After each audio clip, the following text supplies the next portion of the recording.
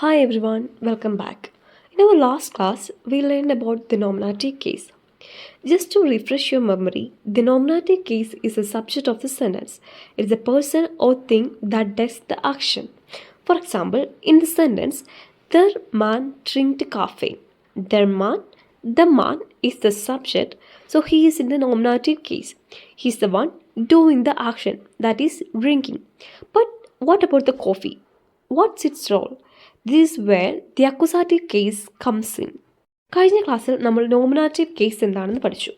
ഒരു സെൻറ്റൻസിലെ സബ്ജക്റ്റിനെ സൂചിപ്പിക്കുന്നതാണ് nominative case. ഒരു സെൻറ്റൻസിൽ പ്രവൃത്തി ചെയ്യുന്ന ആളോ വസ്തുവുമാണ് നോമിനാറ്റീവ് കേസിൽ വരുന്നത്. ഉദാഹരണത്തിന് ദർ മാൻ ഡ്രിങ്ക്ഡ് കാഫി. ആ മനുഷ്യൻ കാപ്പി കുടിക്കുന്നു എന്ന വാക്യത്തിൽ ദർ മാൻ ആണ് സബ്ജക്റ്റ്. അതുകൊണ്ട് അത് നോമിനാറ്റീവ് കേസിലാണ് വരുന്നത്.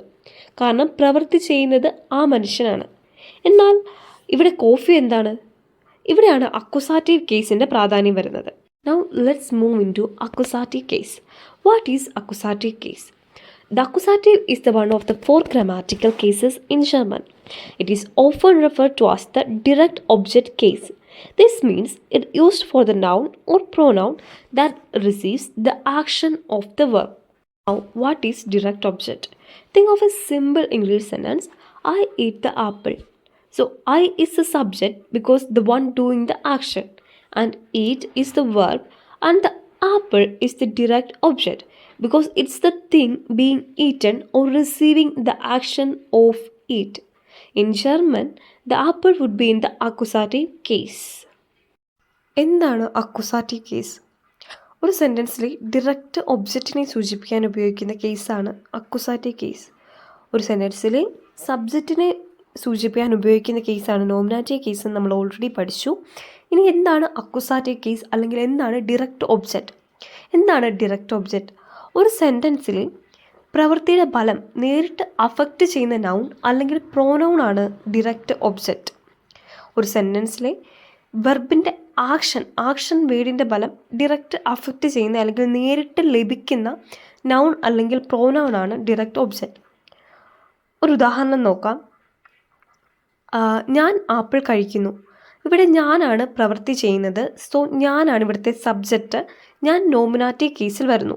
ഇവിടുത്തെ പ്രവൃത്തി അഥവാ വെർബ് എന്ന് പറയുന്നത് കഴിക്കുന്നു എന്നുള്ളതാണ്. ഈ കഴിക്കുന്നു എന്ന വെർബ് നേരിട്ട് അഫക്റ്റ് ചെയ്യുന്ന ആപ്പിളിനെയാണ്.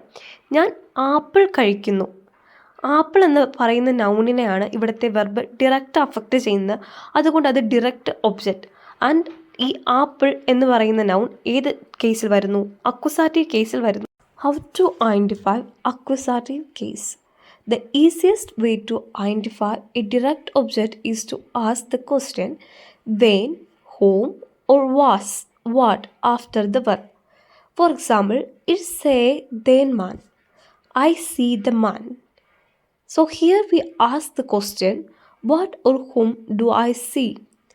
When say ish, the answer to this question is the man. Therefore, then man is in the accusative case. ഒരു സെൻറ്റൻസിലെ അക്കുസാറ്റീവ് കേസിനെ എങ്ങനെ തിരിച്ചറിയാം? ഒരു സെൻറ്റൻസിൽ ക്രിയയോട് അതായത് വെർബിനോട് വെൻ അല്ലെങ്കിൽ വാസ് എന്ന ക്വസ്റ്റ്യൻ ചോദിക്കുക. ആരെ അല്ലെങ്കിൽ എന്തിനെ? For example, it say then മാൻ. ഞാൻ ആ മനുഷ്യനെ കാണുന്നു. ഇവിടെ നമ്മൾ ചോദിക്കുന്ന ചോദ്യം ഞാൻ ആരെയാണ് കാണുന്നത് അല്ലെങ്കിൽ എന്തിനെയാണ് കാണുന്നത്? ഉത്തരം എപ്പോഴും ഏത് കേസിലായിരിക്കും? അക്കുസാറ്റീവ് കേസിലായിരിക്കും. ഇറ്റ് സേ ദെൻ മാൻ, ഞാൻ ആ മനുഷ്യനെ കാണുന്നു. ഇവിടെ നമ്മൾ ചോദിക്കുന്ന ചോദ്യം ഞാൻ ആരെയാണ് കാണുന്നത്? ഉത്തരം ആ മനുഷ്യനെ. അതുകൊണ്ട് ദെൻ മാൻ എപ്പോഴും അക്കുസാറ്റീവ് കേസിൽ ആയിരിക്കും. Now let's look at a few more sentences to see how the accusative case works in different situations. For example, with a feminine noun, ich kaufe die Zeitung. I am buying the newspaper. Here we ask the question what I am buying. The answer to this question is the newspaper. Here the direct object is die Zeitung.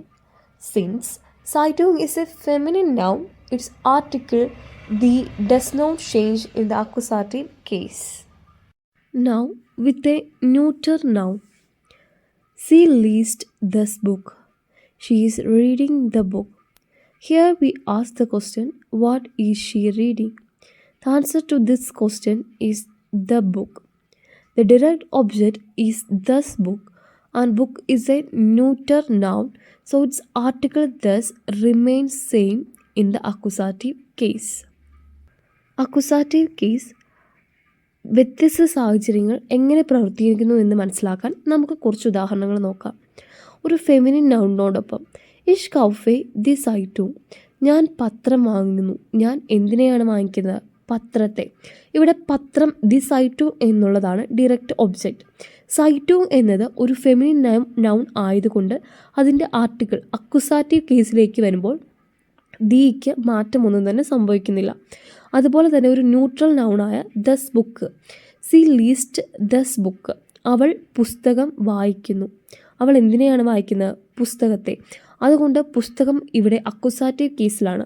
Thus book, the book എന്ന് പറയുന്നത് ജർമ്മനിൽ ഒരു neutral നൗണാണ്. അതിൻ്റെ article ദസ് ആണ്. So ദസ് accusative കേസിലേക്ക് വരുമ്പോൾ മാറ്റമൊന്നും തന്നെ സംഭവിക്കുന്നില്ല. ഷീ ലീസ്റ്റ് ദസ് ബുക്ക്. And that's our first step into the German accusative case. Remember these two takeaways from today's lesson. The accusative is the direct object case, and it identifies the person or thing that received the action of the verb. You can always find the accusative object by asking the question when, whom, or was, what after the verb.